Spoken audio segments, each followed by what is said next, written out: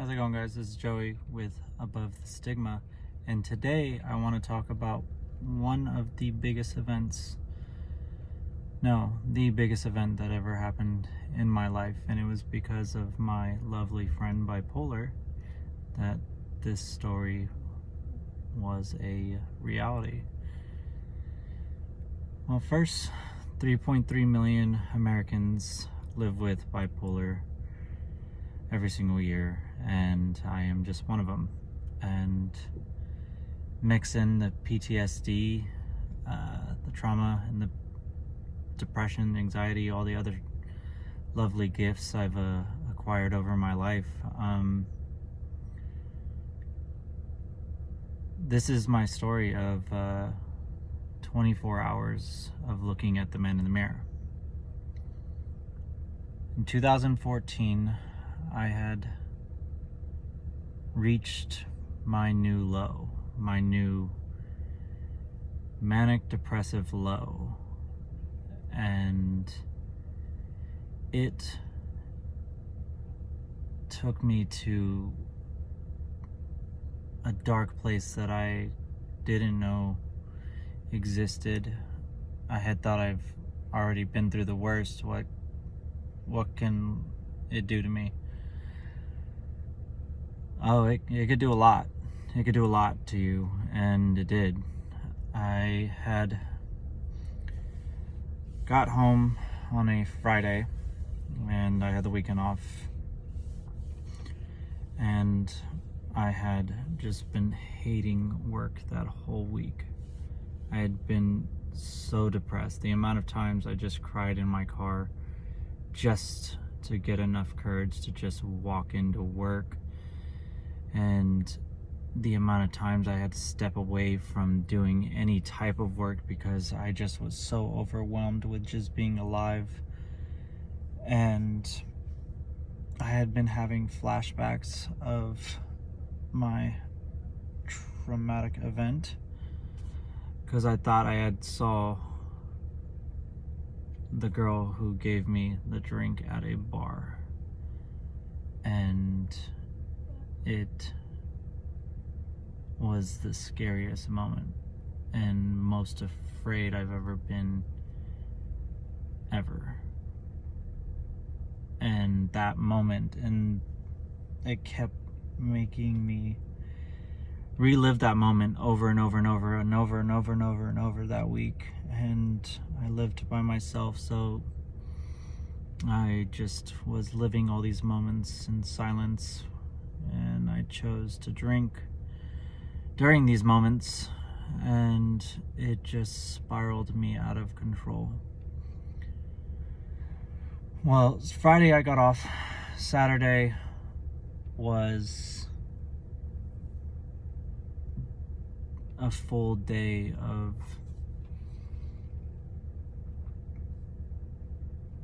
I couldn't get out of bed. I couldn't get up to use the restroom. I couldn't feed myself. I wasn't thirsty. I only could think of was that moment again, and how much darkness was just filled in my mind with everything had just formed, not a cloud, but it was just like a tsunami of just bad shit just was going on in my head, and there was nothing I can do. And I was getting to a point of just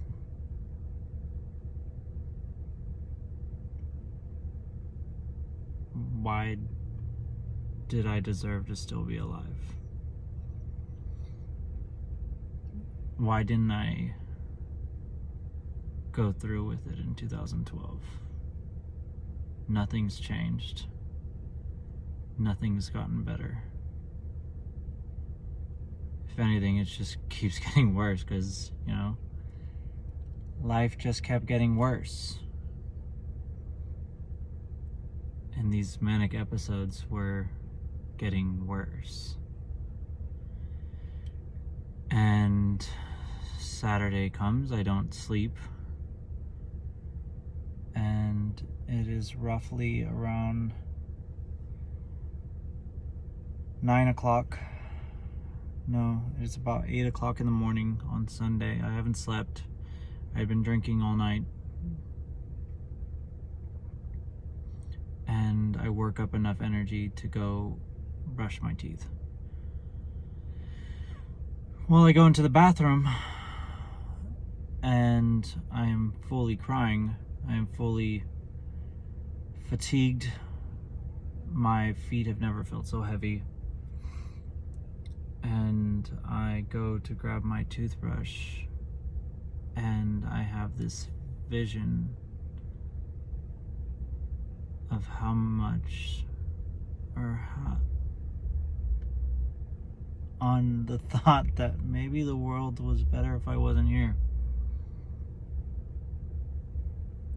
And I reached out with my left arm and I had figured out my way out. So I go to the kitchen and I find my way out. Go back to the bathroom.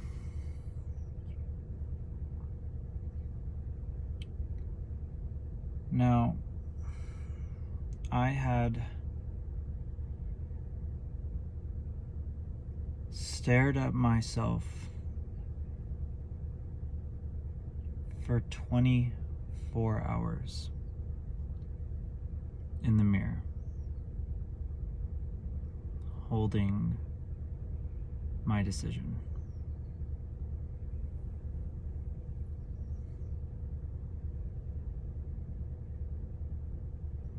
By this point, my hand just holding my decision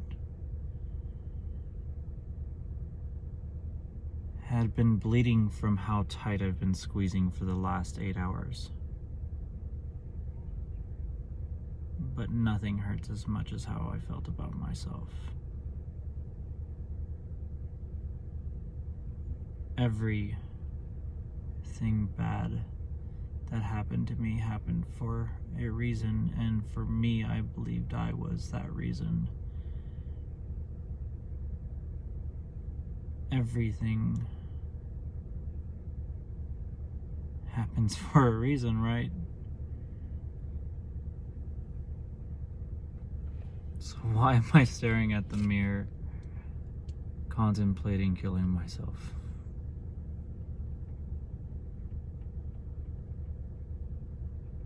Staring at myself, just crying.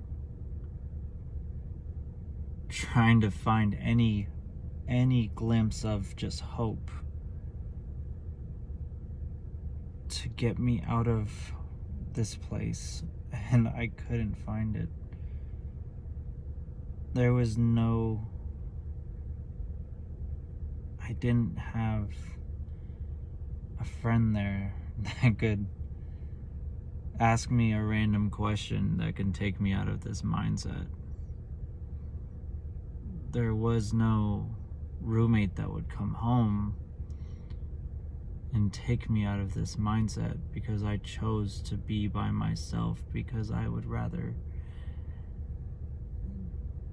die by myself than live feeling like I was alone. And I'm really sorry.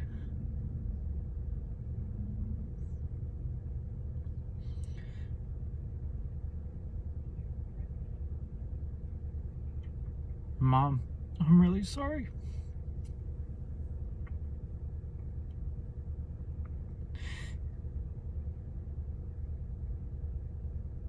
Because I thought I could.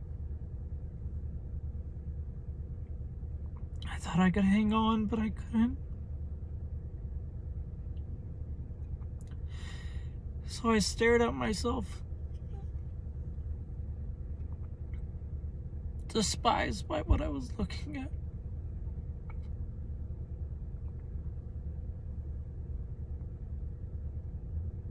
Hating what I looked at.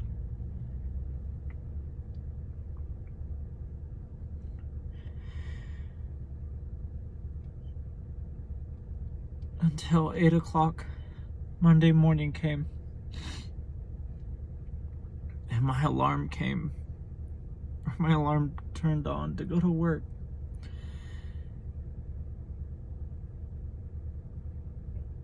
And I put that knife down.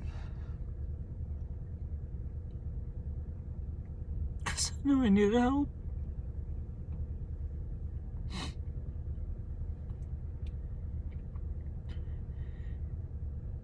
I knew I needed help. I knew I needed a friend. I needed more than that. I needed help.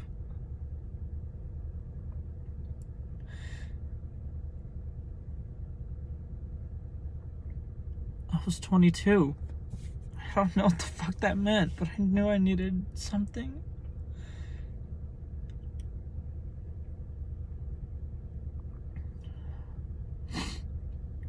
So I went, told my supervisor, drove to work, and the looks on their faces when I told them I needed help.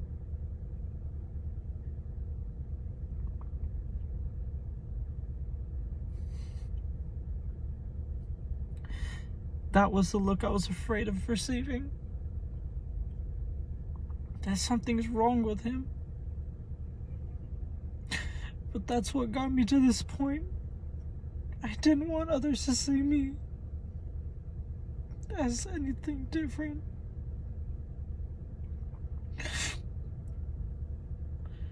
So I spent the next month in inpatient care, the next 4 in outpatient, and I had got out the military.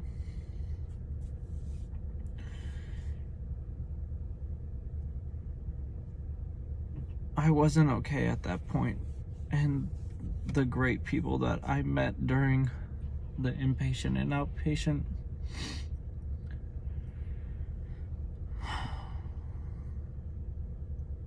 they helped me get to where I am today. A lot of it didn't make sense, and a lot of it was just kind of go through the motions, but asking for help is okay, guys. Because sometimes you really just can't do it on your own.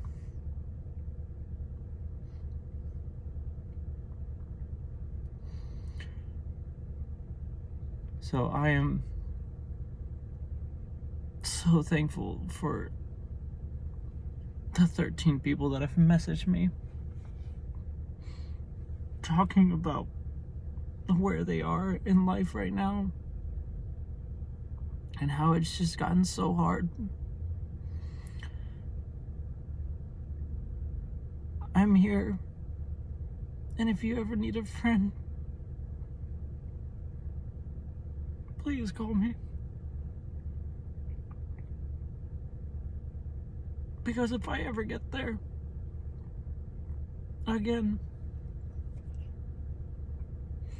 I know I'm gonna need to call you. That's what we're all about. Just all of us finding a way, all of us helping each other to get better. All of us need a voice, and all of us need a friend. So thank you guys.